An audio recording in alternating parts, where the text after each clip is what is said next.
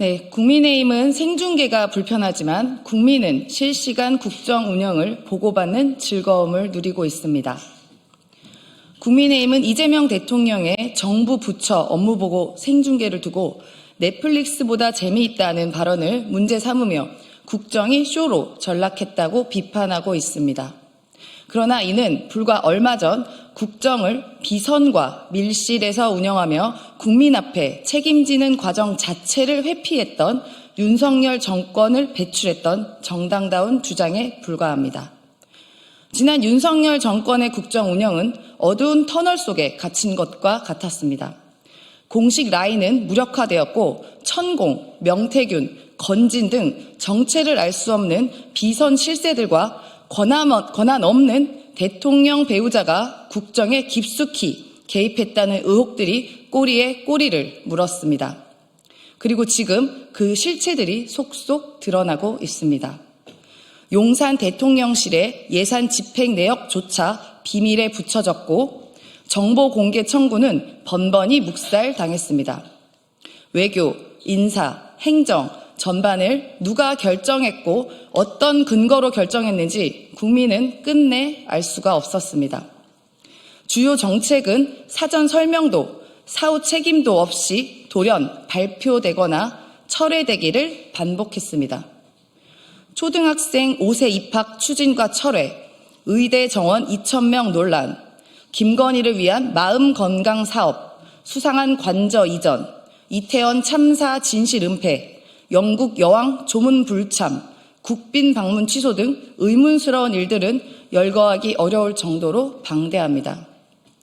이재명 정부의 생중계 국무회의와 업무 보고는 국민이 알고 싶어하던 내용을 대통령이 직접 질문하고 장관이 대답하지 못하는 긴장된 순간까지 국민에게 고스란히 전달됩니다.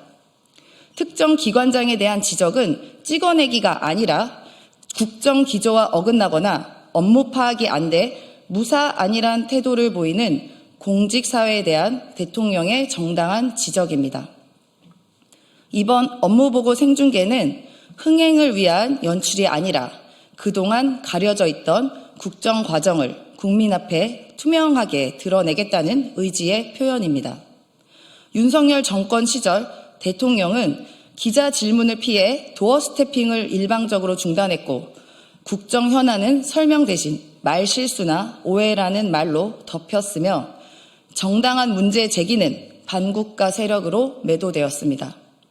이와 달리 이재명 정부는 정책을 숨기지 않고 논쟁을 차단하지 않으며 책임을 분산시키지 않고 실무자가 국민 앞에서 직접 설명하도록 하여 검증받는 길을 선택했습니다. 이는 국민 주권 정부다운 당연한 선택입니다. 국민 앞에 공개적으로 점검받는 국정 운영의 기본조차 존재하지 않았던 정권이 이제 와서 엄중함을 이야기하는 것은 후안무치한 일입니다. 이를 쇼라고 부르는 것은 국정을 어둠 속에서 운영해온 방식에 대한 자기 고백일 뿐입니다. 숨길 것이 많고 실력 없는 사람에게는 생중계가 공포의 무대겠지만 국민과 소통하려는 정부에게는 집단지성의 장이자 주권자인 국민께 직접 보고드리는 자리입니다.